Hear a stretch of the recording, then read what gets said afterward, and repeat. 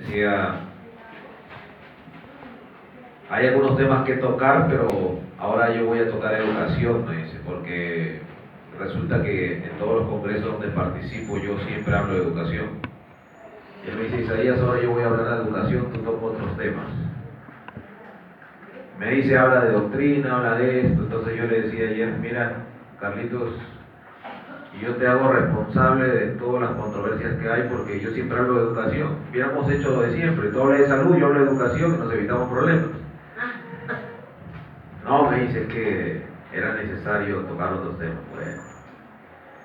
Pero aunque yo entré a la iglesia adventista escuchando profecía,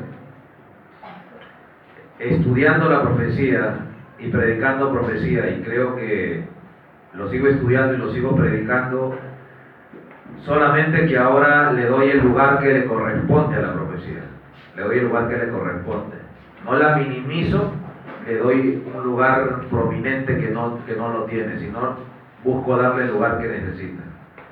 Con el transcurso del tiempo el Señor nos ha ido guiando a aprender sobre educación, y podemos hacer este taller de educación de dos maneras. Usted tiene preguntas ahora que podemos ir desarrollándolas, o puedo exponer algunos principios de educación y después algunas preguntas. ¿Cómo prefieren ustedes? Al final. Sí, de repente me explayo, no hay ni para preguntas, pero bueno. Hermanos, yo me siento a veces preocupado cuando nosotros hablamos de tantos temas, pero descuidamos un tema que es la base y es muy prominente en este último tiempo. Por ejemplo, los que van a predicar el mensaje del tercer ángel y van a denunciar a la bestia de su imagen son el resultado de los que han vivido una verdadera educación. Los que no han vivido verdadera educación, no, por más conocimiento que tengan, no lo hacen, conocimiento intelectual. ¿Cuántos de los que están aquí han visto gente que practica la obra médica misionera, pero casi son mercenarios? Todos lo ven dinero, cobran aquí, que un masaje acá, han hecho de esto un negocio. ¿Han visto gente? ¿Me entienden? ¿Saben por qué? Porque no entendieron los principios de educación. Los principios de educación son totalmente la base de todo lo que nosotros tenemos que hacer. Y usted me dirá, pero es el taller de familia, ¿no? Claro, es taller de familia, pero en esto entra totalmente la ciencia de la verdadera educación. En el libro del Hogar Cristiano, en la página 12, Hogar Cristiano, página 12, dice, la sociedad se compone de familias, y será lo que hagan las cabezas de familia. Del corazón mana la vida, y el hogar es el corazón de la sociedad, de la iglesia y de la nación. Esto tanto en mi país se llamaba educación cívica, no sé cómo se llama aquí el curso donde te hablan de las familias y de la comunidad. Pero a mí me enseñaban que la comunidad estaba compuesta de familias.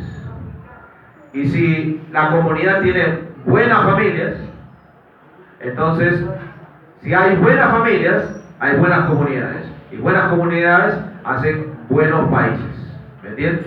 Países de éxito. Estados Unidos de América empezó a crecer y a hacerse una potencia porque los que vinieron a poblar los Estados Unidos venían de Europa y eran cristianos protestantes. Podríamos decir que tenían buenas familias. Gente que vivía en el campo, que trabajaba la tierra, que creía en Dios y que ponía como base la libertad y tenían la Biblia. Y fue así, como dice el conflicto de los siglos, que Estados Unidos pudo progresar y pudo crecer. El diablo sabe esto.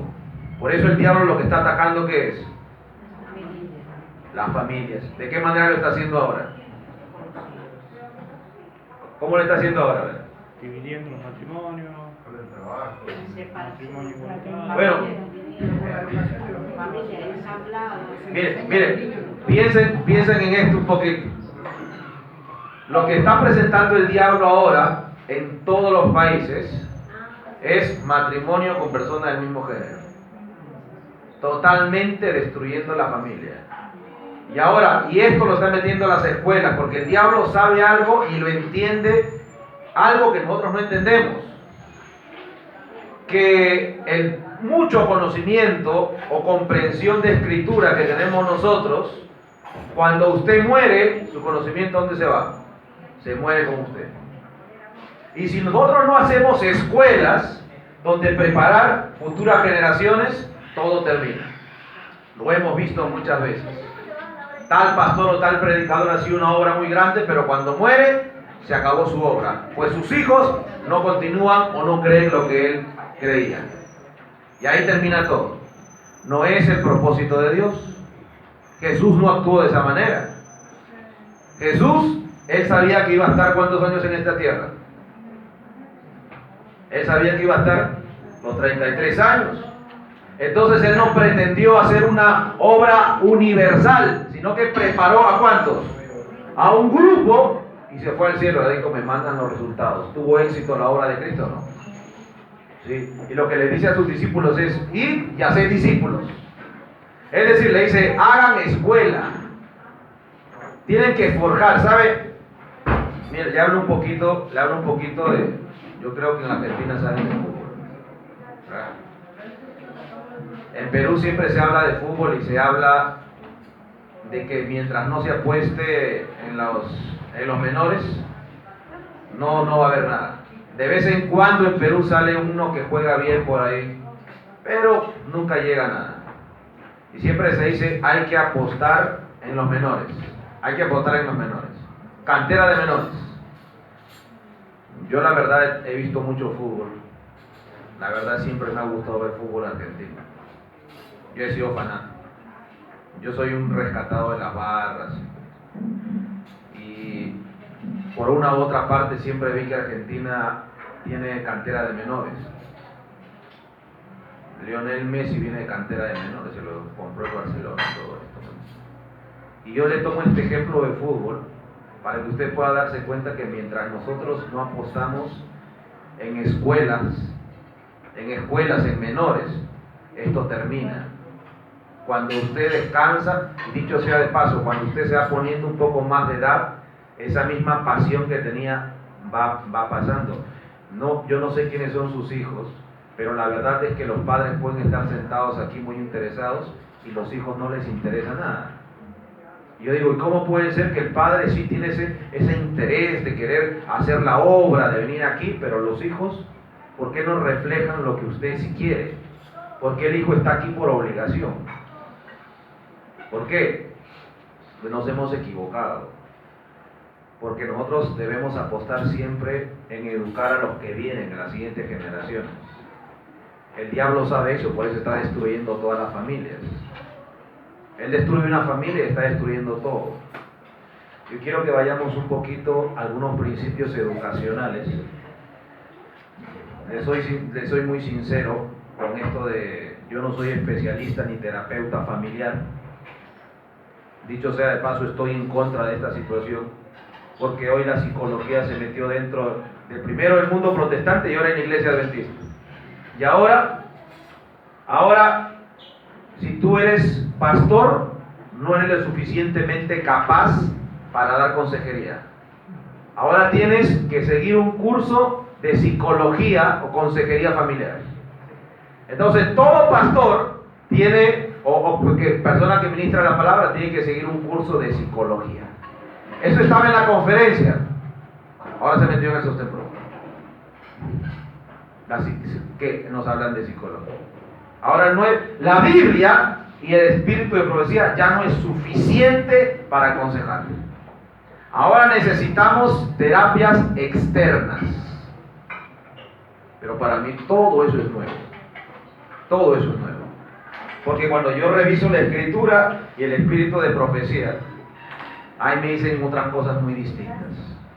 ¿Me entienden? Entonces yo le digo, yo no soy terapista familiar ni nada de eso. Yo leí la Biblia y el espíritu de profecía. Y como yo no sé, entonces tengo que ver el ejemplo del que sí sabe. Los japoneses cuando se quedaron en la pobreza es lo que hicieron, ¿no? No tenían nada, vamos a ver ejemplos de los que sí saben, al que le salió bien. Entonces al que le salió bien, a ese le copio. Hay escuela, ¿me entiendes? Vamos a volver al fútbol de nuevo, porque para tomarle un ejemplo, miren. Hace 15 años cuando yo veía fútbol, llegó un director técnico, un entrenador de Argentina, viajó en bus, desde Argentina se fue, cruzó Chile y llegó a Tacna, Perú. Y lo contrataron como un director técnico de un equipo chico de allá, se llama el Bolognesi de Tacna. Yo veía mucho fútbol. Este director técnico hizo que este equipo jugara, a mí me gustaba ver, yo no era seguidor, yo era seguidor de otro equipo, pero me gustaba ver porque jugaba muy bien. Por eso yo lo veía. Después lo promovieron a un equipo de la capital, pero un equipo relativamente chico, el Sport Boys de Callao. También me gustaba ver porque jugaba muy bien. Decían que tenía una escuela. Tenía la escuela de Bielsa. Equipo chico. ¿Saben de qué le estoy hablando? ¿Saben de qué le estoy hablando? Sí. ¿De quién? Bielsa. No, es que no era Bielsa. Bielsa nunca fue a Perú a entrenar. Mira, dicen que tenía la escuela. La escuela. Este hombre llegó a un equipo más grande, se fue le pago, corta la historia, se fue a entrenar a Ecuador, a un equipo, creo que fue al MLE, campeonó, lo llevaron a la U de Chile, campeonó, lo pusieron en otro equipo de Chile, campeonó, lo pusieron a la selección de Chile, campeonó, y ahora, después se fue a Europa, y ahora lo estaban proponiendo para ser director de... Y yo lo recuerdo porque era por eso le digo, viajó en bus, no había dinero, empezó de abajo, pero él siguió una escuela. Decían, sigue la escuela de Bielsa. No se equivocó, porque él copió al que sabe. Y ahora mire dónde está. No pruebe fútbol ni nada, solamente le tomo el ejemplo para que vea que cuando usted copia al que sabe, ¿me entiende? Yo no copio al hermano ni allá ni allá. Entonces en esto vamos a copiar lo que dice la escritura. ¿Ok? Si usted no copia al que sabe, casi siempre se va a equivocar. Si yo me comparo con el hermano, me equivoco. Y a nosotros nos gusta compararnos. Yo quiero que vayamos a copiarnos de alguien que sí sabía cómo educar. ¿Ok? Quiero que vayamos a la escuela patriarcal, y por eso vuelvo a decir, yo le decía a Daniel, oye, tú, estábamos hablando de la teología, yo le digo, ¿tú has conocido el tema de educación? La verdad, no mucho, o sea, no lo he profundizado, y yo le decía, pero tú no tienes derecho entonces a hablar de nueva teología si no conoces educación, porque la verdadera educación guerrea contra la nueva teología. La verdadera educación es la respuesta a luchar contra esto, porque la nueva teología es automática. La verdadera educación nos habla de progreso, de desarrollos. ¿Me entienden? Entonces, por eso es que nosotros caemos en una trampa, ¿no? Nosotros podemos discutir mucho de doctrina, podemos hablar mucho de profecía, pero estamos descuidando lo más importante, que es la ciencia de la verdadera educación. Y justo Carlitos lo decía en la mañana, usted puede saber mucho de profecía, pero su familia puede ser un desastre. Permítame una comparación. Yo tengo unos años dentro del sostén propio y yo se lo dije a él, yo conozco casi lo que se hace. Cuando nos sirven la comida, nosotros nos sirven aquí, tú no sabes lo que está pasando detrás del mostrador. El Señor me ha permitido estar detrás del mostrador. Y he estado en diferentes países y hay una guerra, ¿ya? Que lo cuenten para ustedes, no lo cuenten a nadie. Entre los seguidores de Hugo Gambetta y los seguidores de Norberto Restrepo. El gambetismo y el restrepismo, como yo le llamo. Porque Hugo Gambetta hace mucho énfasis en profecías. Y el pastor Restrepo hace énfasis en el carácter. Y entonces los que siguen a Restrepo dicen, ¿para qué profecías? ¿Para qué? Lo que es más importante es el carácter. ¿Me entiendes? Y dicen, me lo han dicho, Mira la familia de Hugo Gambetta. Si una persona que yo conozco es a Hugo Gambetta, ¿no? Yo he vivido en su casa, somos como familia, ¿no? Mira su familia. Dijo esto. Ya ven, todo lo que predica, ¿para qué sirve? Yo siempre he dicho, el hecho de que alguien fracase no quiere decir que hay que negar el mensaje. Se dice, yo estaba un día escuchando hace muchos años un tema del pastor Gambetta, y él decía, citaba obreros evangélicos y decía, ¿de qué sirve que un predicador vaya y predique por todos lados si al final pierde su familia? ¿De qué sirve que gane tantas almas si al final va a perder a su familia? Y eso me hizo cambiar el tono de la obra que yo estaba haciendo, porque cuando yo conocí el mensaje a los 16 años, yo iba, viajaba, predicaba aquí, allá. Yo descuidé, aunque yo no soy padre, pero tenía influencia con mi familia. Yo quería convertir al mundo y dejé mi familia. Yo tenía un sobrino, tengo un sobrino, se llama Christopher, tiene 21 años. Cuando mi hermana, la oveja, no sé si esto nunca va a llegar a oídos de mi hermana, pero ella es la oveja negra de la familia, la mayor de todos. La que tuvo el hijo, se fue, desapareció, tiene otro hijo, se fue. Pero vino y dejó al hijo, 2 años. No hablaba, con traumas, se pegó mucho a mí. Entonces él me miraba todo lo que yo hacía. Yo predicaba profecías y yo veía que con su amiguito de 4 años él le hablaba de ley dominical. ¿Sabes? El sábado decía. ¿Por qué? Porque el niño estaba reflejando lo que yo hacía. Pero ¿sabes? Yo no le tomé nada de importancia a él. Vino el otro hijo de mi hermana, lo mismo. Mucho más lúcido, mejor. Pero yo quería cambiar el mundo. Hermanos, hoy yo tenía influencia, a ellos les gustaba andar conmigo y todo esto, pero yo quería cambiar el mundo. Hoy mi sobrino, el menor, es un mundano. Y el otro es un adventista nominal que está aquí y allá y toda esta situación. Yo la verdad le digo, yo me arrepiento. Porque si yo le hubiera dado énfasis a esos 2 jovencitos, tendría 2 hombres más en el temor de Dios trabajando para la obra. Pero yo quería cambiar el mundo. Cuando yo escuché eso a Hugo Gambetta decir, yo dije, bueno, esto es lo que hay que hacer. Y empecé a ir a mi casa y vivir en otro lado, a hacer culto con ellos. Me empecé a dedicar a la familia. Es más, con mi esposa yo inventé algo. El domingo nadie me moleste, es día de la familia. Si a mí alguien me quiere decir algo a mí, el domingo es día de la familia. Antes. Y el día de la familia prendía la televisión para ver fútbol. Eso es lo que hacía. Yo no le voy a negar, era un cristianismo totalmente desequilibrado. Pero le vuelvo a decir, para volver al punto, aunque usted predique lo que predique, si no tiene una familia bien constituida, lo que usted hace es mentira. Lo que usted hace es totalmente mentira. Yo puedo sentirme tranquilo de estar aquí, sentarme aquí, pararme aquí y predicar y que mi esposa esté ahí, porque yo no la maltrato, ella me maltrata. Yo no la maltrato a ella, yo no le falto el respeto. Yo no ando, porque predicar es lo más fácil, y hoy con estos de PowerPoint, usted agarra una computadora, le pega la cita, lo pone ahí y se pone al frente, decir, wow, qué bien predica eso, pero es un mal esposo, un mal padre, eso no sirve para nada. Yo le decía a Daniel, necesito ir a meterme al campo porque necesito encontrarme con el Señor. Yo no quiero ser un predicador que viene aquí, habla tan bonito y la idolatría dice, mira qué bonito predica, pero en tu vida familiar no estás cumpliendo.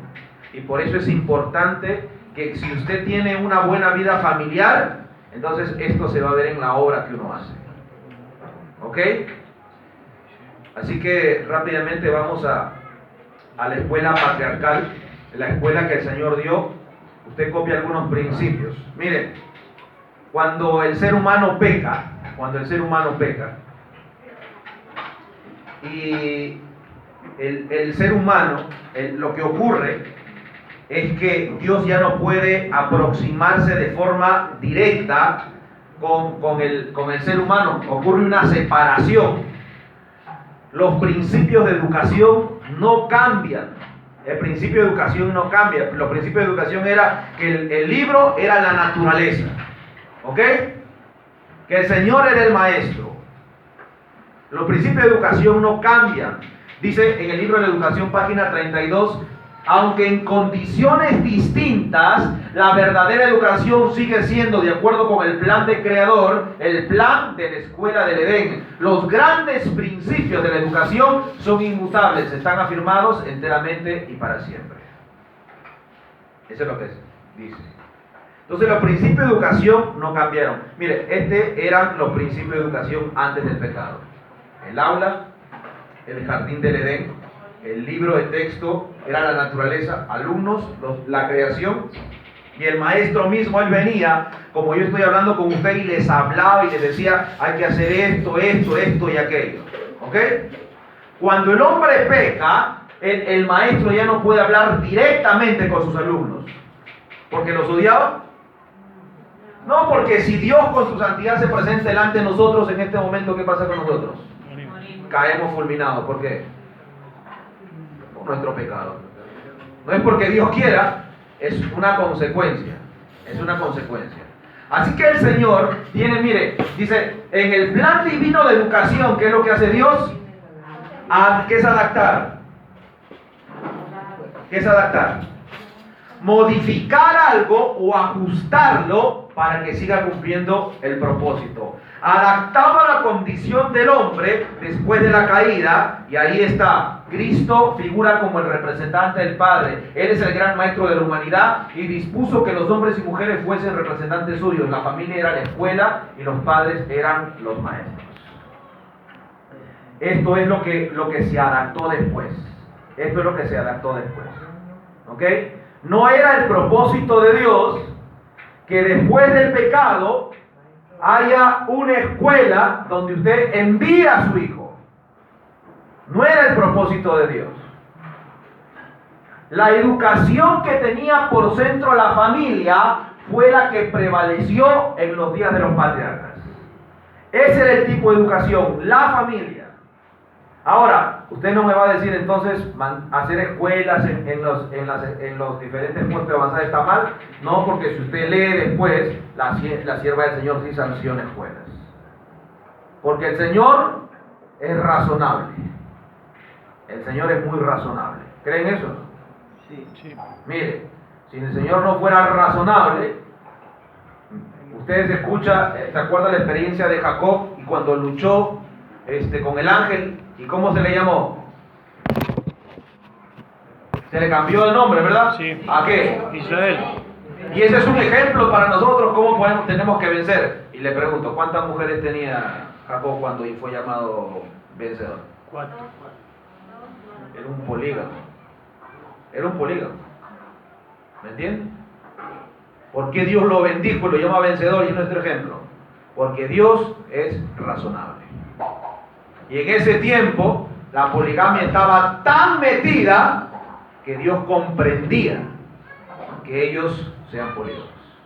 Lo comprendía. ¿Me entiende? Dios no minimizó las consecuencias de la poligamia. Las consecuencias de la poligamia era pelea entre mujeres, entre hijos y todos los problemas. No minimizó las consecuencias, pero no lo juzgó porque no tenía toda la luz. Es razonable. Dios es razonable. Entonces Dios al principio hizo escuela de familia y fue la que prevaleció en los días de los patriarcas. Dios proveyó para las escuelas así establecidas las condiciones más favorables para el desarrollo del carácter. Las personas que estaban bajo su dirección seguían el plan de vida que Dios había indicado al principio. Quiero que usted note, le vamos a pedir un poquito de reverencia a todos, por favor. ¿Sí? Cuando se ora aquí y se pide la presencia de Dios, este ya es el lugar de Dios. Y si hay algo que nosotros no hemos aprendido, le voy a decir. No es personal. Lo pude haber dicho ayer también. Es reverencia. Se le recomiendo algo. Hoy en los testimonios capítulo 2 hay un capítulo que se llama la reverencia en la casa de Dios. La reverencia en la casa de Dios. Léalo, es muy bueno, porque algo que nos falta a nosotros es reverencia. ¿Ok? Bueno, mire, cuando el hombre peca, Entonces, ustedes conocen la historia, se abren dos grupos, los que querían obedecer a Dios, los fieles a Dios, a los principios de Dios, y los rebeldes, los que no querían saber nada de Dios. Es más, la sierva del Señor dice que se pusieron su propio día de reposo. No sabemos cuál día era, pero no dice la Escritura, pero sí sabemos qué día se habían puesto. Yo creo que se pusieron el domingo. Bueno, entonces, pero Dios había puesto a la familia como el centro de la educación, la familia, ¿ok? Dice un poco más, los que se separaron de Dios, ¿quiénes? Se edificaron, ¿qué? Y congregados en ellos se gloriaban del esplendor, del lujo y el vicio. Ese es el primer grupo. ¿El primer grupo dónde vive? ¿Quiénes son esos? Los rebeldes. Yo no le voy a decir en qué lugar está usted solito va a darse cuenta en qué lugar está. ¿Ya? Siempre hubo dos grupos. Yo no puedo decir, yo amo a mi esposa y estoy con otra mujer. ¿O puedo decir eso? ¿Es verdad? Usted no va a decir, yo soy fiel a Dios, pero estoy siguiendo el plan de vida de los rebeldes. ¿Ok? Por eso yo, cuando hablo de salir de las ciudades, le digo, yo no me fanatizo en decir, usted ya está mal porque no salió, pero eso sí, haga planes reales, haga planes serios, haga planes reales de salir. No diga, sí, yo sé que es importante y ya saldré. Eso no existe. Llega a la casa de la hermana tiene su casa ahí, se vende. Es el plan real, ¿me entiendes? No está diciendo, ya lo venderé y nunca pone el letrero. Se vende, si algún día lo va a vender, el Señor, si sigue orando, el Señor le va a decir a cuánto vender y dónde comprar y a cuánto comprar, lo dice la sierva del Señor. Eso es lo que dice. Lo que nosotros hacemos es, pastor, ¿usted cree que dónde debo comprar? Y yo sé que el pastor le pregunta, y el pastor siempre le dice, que Dios te ayude. Nunca responde. Nos gusta preguntar al hombre, siempre nos ha gustado eso. Mire, pero los hombres que se aferraban a los principios de vida de Dios, ¿dónde moraban? Los campos y los cerros. Cultivaban la tierra, cuidaban rebaños y en su vida libre e independiente, llena de oportunidades para trabajar, estudiar y meditar, aprendían de Dios y enseñaban a sus hijos sus obras y sus caminos. ¿Ustedes creen que esta gente tenía problemas? ¿Me entienden? Este era el modelo que Dios quería. Este era el modelo que Dios quería. Y por eso, cada vez que me dicen, hable a los hogares y tienen problemas con los hijos, le digo, pues, el problema más grande que usted tiene con los hijos es que vive en una ciudad. Ese es el gran problema. Y al principio usted dice, pero yo no le enseñé nada. Usted no le enseñó. Usted no le enseñó nada. No le enseñó nada, de verdad, ni nada bueno le enseñó. No le enseñó. Y le pregunto, cuando está chiquitito, cuando está ahí como la niñita ahí, ¿le gusta ir a la iglesia o no? Sí, hace lo que hacemos nosotros, ¿no? Va y repite el texto de memoria enfrente. Y participa. ¿Cuándo se empieza a torcer? Y entonces ahí el padre dice, pero yo no le dije que haga eso, ¿por qué lo hace? De chiquito iba a la iglesia. ¿Qué habrá pasado? ¿Cómo que qué habrá pasado? Usted lo puso en un medio donde le empezaron a bombardear y le dijeron, aléjate de Dios, aléjate de Dios, aléjate de Dios, los amigos, la influencia, y ahora no sabe lo que pasó, no sabe lo que pasó. Lo que pasa es que usted lo pone en un lugar donde la influencia va a hacer que después se aleje de Dios. Entonces el mayor consejo que le puedo dar a los padres que tienen niños pequeños es, váyase porque usted va a perder a los niños. Váyase a otro lugar. Órele al Señor. Usted dice, no tengo dinero para comprar una tierra. Por favor, vamos ahora a poner en duda el poder de Dios. Justo, joven fui y envejecí, dijo el salmista. No he visto justo desamparado ni su descendencia que mendigue pan. ¿No cree que es hora de confiar en las promesas de Dios? ¿No cree que es hora? Ok, vamos al ejemplo. Miren, vamos al ejemplo de este hombre que en Santiago 2.23 lo llaman amigo de Dios. Que en Romanos 4.11 le dicen el padre de todos los creyentes. ¿De quién estoy hablando? de Abraham, Génesis 26:5, oyó Abraham mi voz, guardó mis preceptos, mis mandamientos, mis estatutos, y en Génesis 18:19 dice que yo le he conocido, sé que mandará a sus hijos y a su casa después de sí, que guarden el camino a Jehová, haciendo justicia y juicio. Entonces, volviendo a mi ejemplo, si queremos ver una persona que sí sabe y que hizo bien las cosas, no vamos a ir a Bielsa porque no estamos hablando de fútbol, sino que vamos a ir a Abraham. Él va a ser nuestro ejemplo ahora, ¿ok? No voy a ser yo. Usted puede decir, me han dicho muchas veces, yo era el director del Rancho La Esperanza en Baja California, en México. Con mi esposa dirigimos esa escuela. Y los detractores decían, ellos no pueden dirigir esa escuela, porque ellos no saben tratar a los jóvenes, pues no tienen hijos. Siempre nos decían lo mismo. Y decía, bueno, pues Jesús entonces tampoco tenía autoridad de hablar cómo educar ni nada, porque no tenía hijos. Tampoco Pablo. Y Elena G. de White también, quizás porque Elena G. de White tuvo, sí tuvo hijos, sí, pero ella empezó a viajar. ¿Y qué hizo con los hijos? ¿Saben qué hizo con los hijos? Hizo algo que un padre no debe hacer. Sí, le dijo, guárdenmelo, yo tengo obra que hacer. Entonces Elena G. de White no tiene autoridad de hablar, ¿no? ¿Y qué hizo J.N. Andrews? Explotó a su hija para trabajar y se murió de tuberculosis. Entonces ninguno de esos sirve para nada, ¿no? Son argumentos que para mí no sirven. Para mí está la ley del testimonio antes de lo que nosotros pensemos. Hablemos un poco de Abraham. Miren. Fue un gran honor para Abraham ser el padre del pueblo, que durante siglos fue guardián y preservador de la verdad de Dios para el mundo. En lo que tocaba a Abraham, no traicionaría la verdad por motivos egoístas.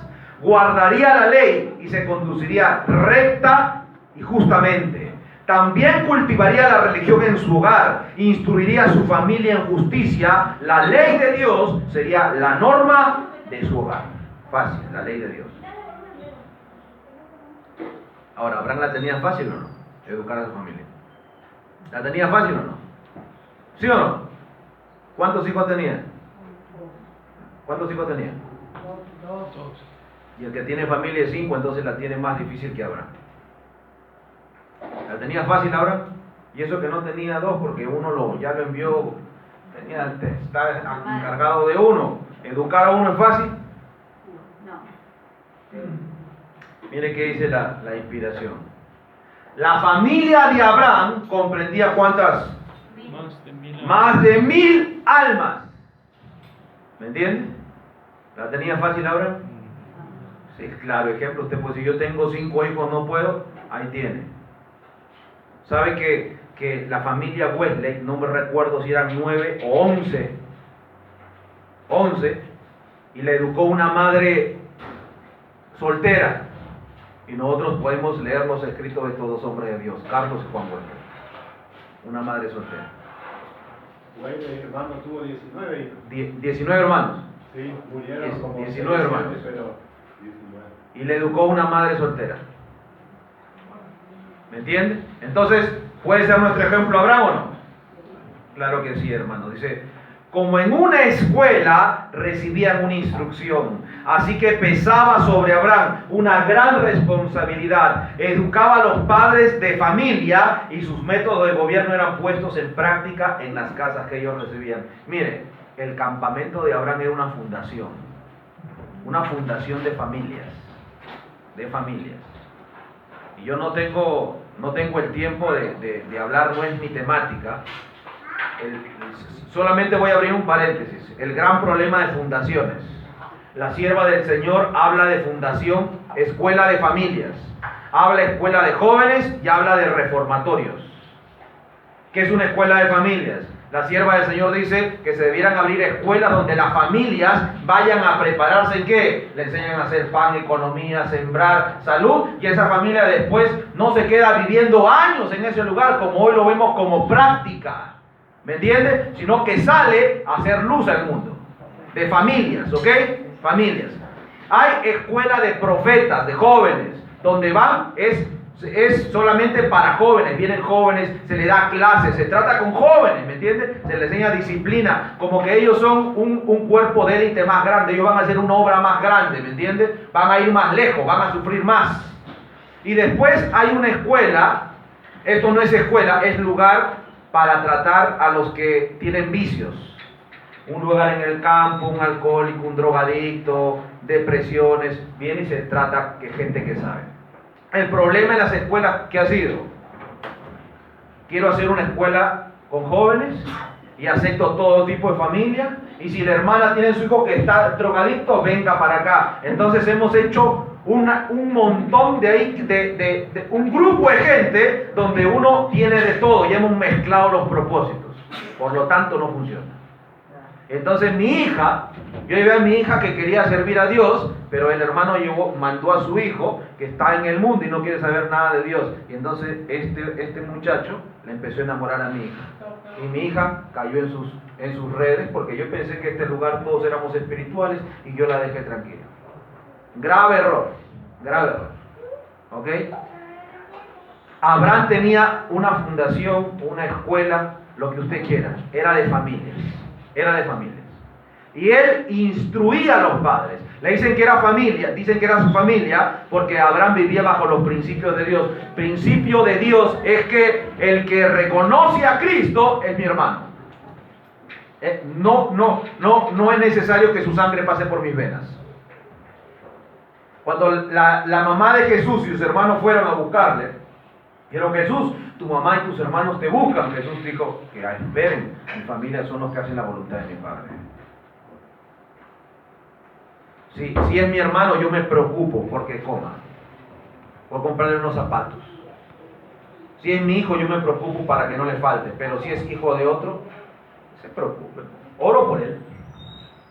Oro por él. Eso no es el plan de Dios. Nunca ha sido eso el plan de Dios. Y por eso la familia de Abraham era tan grande, ¿no? Entonces Abraham no reunía a los mil, reunía a las cabezas. Y le decía: el plan de gobierno es esto y esto y esto, y usted tiene que ponerlo en práctica. Y ellos lo ponían en su familia. Y así funcionaba. ¿Me entiende? En la antigüedad, el padre, ¿qué era? Jefe y sacerdote de su propia familia. Hablemos un poquito de esto. ¿Usted cree, cuántas mujeres creen que la Biblia está escrito desde una visión machista? Genealogía, usted no encuentra el nombre de ninguna mujer. Una mujer por allá. Pero siempre el que manda, ¿quién es? Si la mujer no era virgen, el hombre la desechaba.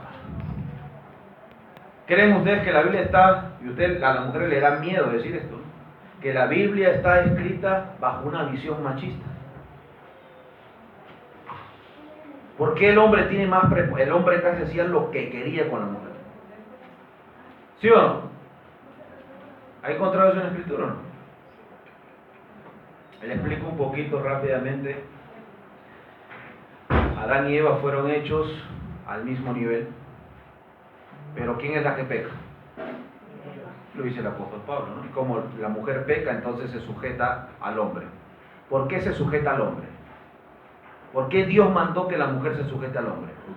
Porque ella pecó. ¿Pero por qué más? Imagínese usted abrir una empresa y en esa empresa poner dos jefes con la misma responsabilidad, con el mismo cargo y el mismo poder. ¿Qué es lo que pasa ahí? ¿Qué es lo que pasa ahí? Van a terminar peleando. Imagínese una familia, y ese es el gran problema en la actualidad, donde los dos tienen el mismo poder. ¿Me entienden? Donde el esposo dice: me voy para allá, y la esposa dice: ¿qué? Yo me voy para allá. ¿Por qué creen que hay tanto problema? Y yo no soy machista, y me van a juzgar a mí. Yo nunca dejé que mi esposa me lave la ropa, porque para mí lavar ropa sin lavadora es trabajo de hombre. Díganme las mujeres: no es estar sobando ahí, duele la espalda y cargar y tender, el trabajo de... Yo no dejaba que mi esposa, más bien yo le lavaba la ropa ahí. Ella dice: no digas nada, que yo le lavaba la ropa. Porque es trabajo duro, pues. Es que yo terminaba con un dolor de espalda y yo decía, por mi esposa, si yo le mando, va a terminar con el dolor que yo tengo. Entonces, yo no aguanto más que ella. El hombre por naturaleza es más fuerte que la mujer, ¿o no? Entonces, más o menos es así. Y dígame, yo no quiero que me juzguen de machista, pero la mujer se sujeta al hombre. Así dice la Escritura. Así dice la Escritura. La mujer se sujeta al hombre. Si no, todo el tiempo hay problemas. Vino una pareja de esposos de la iglesia nueva. Tenían un problema de economía. El esposo trabaja, viven en ciudad. El esposo trabaja y le gusta gastar mucho el dinero. Gana mucho dinero, pero le gusta gastar siempre para andar en préstamo. Y la mujer decía, no, que yo quiero administrar el dinero y él no me da cuenta de esto. Y peleaban entre los dos. Yo vi el tema y yo, para ser justo y bíblico, le dije al varón, tú tienes que administrar mejor, pero le dije a la esposa, tú te sujetas. Y aunque él malgaste el dinero, tú te tienes que sujetar. No hay de otra. En la vida yo le iba a decir al hombre, sujétate a tu esposa, porque eso es antibíblico. Eso es antibíblico. La mujer se sujeta al esposo. Eso es lo que mandó Dios. Eso es lo que mandó Dios. El hombre es el sacerdote. Y yo le digo a mi esposa, yo soy el sacerdote de la casa. Y bueno, mientras no denigre mi sacerdocio, usted tiene que obedecer. Y le cuento un poco de mi experiencia. Es un problema que tiene mi esposa, hay que invitarme a salir un ratito, pero mi experiencia fue que cuando yo me caso, a los 23 años, me caso infatuado, sin conocer, sin oración, un desastre de matrimonio. ¿Ya? Yo no me casé en oración ni nada de eso. Por la misericordia de Dios, Él me ha guiado hasta aquí. Resulta que mi esposa, independiente, hacía su vida independiente. Y a mí no me importaba. Decía que haga su vida, yo hago lo mío, y no me importa. Que venga a la hora que quiera, que gaste el dinero como quiera. Si me da de comer bien, si no me da de comer me voy de mi mamá, no me importa. No vivía triste, vivía tranquilo, frente. No me quejaba. Pero Dios me dijo después de años, de tanto fracaso, tú eres sacerdote de la casa. Y entonces empecé una tarea, domar a la fiera. Yo le había soltado tanto la soga, tanta libertad le había dado, que imagínense cómo fue. ¿Entienden? Muy difícil, pero y para mí en mi mente decía, pero más práctico para mí es que ella haga lo que quiere. Yo no quiero mandar, yo no quiero esta responsabilidad que ella siga haciendo. Pero Dios me decía, tú eres sacerdote y te va a pedir cuenta de tu esposa. Así que el hombre recibe el sacerdocio. ¿Qué significa que el hombre recibe el sacerdocio? El verdadero sacerdote, ¿no? Ahorita vamos a hablar del otro lado. Ustedes dirán que todo tengo que obedecer. La mujer, yo sé que ya me están mirando mal las mujeres, hay más mujeres que hombres. Pero el hombre en su sacerdocio, por ejemplo, un buen sacerdote, yo no conozco la vida de nadie, yo no soy quien para decirle qué hacer. ¿Qué hace el sacerdote? Tiene que dirigir el culto en la mañana, reunir a la familia, esposa, y lo que a mí sabe que yo no tengo hijos no porque no puedo, sino porque no quise. Yo decidí con mi esposa, no vamos a tener hijos porque queremos dedicarnos a la obra a tiempo completo. Y yo creo que los hijos son una herencia. Y hasta le podría decir a mis 38 años, hubiera querido tener un hijo. Pero bueno, a veces uno toma decisiones y no me siento mal. Si Dios permite, vamos a adoptar. Porque me dicen, no es lo mismo, me han dicho algunos, es de tu propia sangre. Eso es mero egoísmo. Eso es mero egoísmo. ¿Me entiendes? No, pero los genes, Dios puede obrar. Pero bueno, yo no tuve hijos, pero el que quiso tener hijos no puede acusarme a mí porque no. Me dicen, tú es más fácil porque no tienes. Pero fue mi decisión. Usted decidió tener 3, ahora tienen que educar a los 3. Y el sacerdote tiene que levantar y hacer el culto de familia. Y a veces tiene que hacer el culto con la familia y después el culto con el niño o la niña, con otro idioma y otro lenguaje. ¿Me entiendes?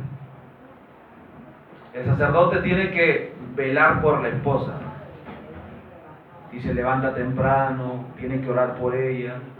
Los sábados llegábamos tarde a la iglesia porque mi esposa cocinaba doble. El viernes cocinaba doble. Cocinaba para comer ese día y para llevar el sábado. Pero, aunque a mí me gustaba comer hace tiempo, que hoy comimos en sábado, ¿no? Pero nosotros casi no comemos en sábado por cuestión de que yo le diga a mi esposa, no cocines más en sábado. La veía cansada, mejor hay que llevar fruta.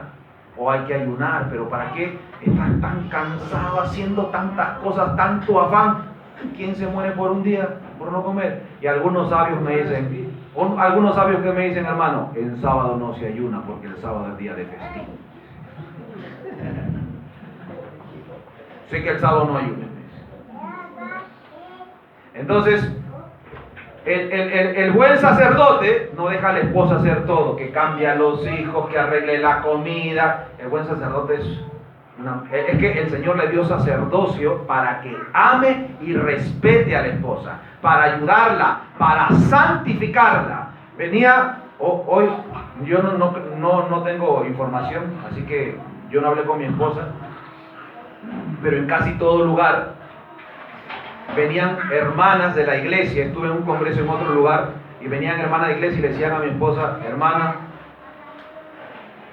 mi esposo cada vez que viene quiere tener relaciones sexuales conmigo y yo no quiero, yo estoy cansada. Pero él dice que es mi deber. Es mi deber. Y además, hermana, me contaba mi esposa, le decían, además, dicen que si yo no tengo relaciones con él, se puede ir con otra, ¿no? Así que yo tengo que hacer. Hermana que tenía 6 hijos, 6 escaleritas tenía, ¿no? Mi esposa me decía, mire este problema que está pasando aquí. Y yo conocía a los hermanos. Los hermanos, la misma línea de todo, ¿no? Que el mensaje, que la verdad presente, que hay que hacer, que la apostasía de allá.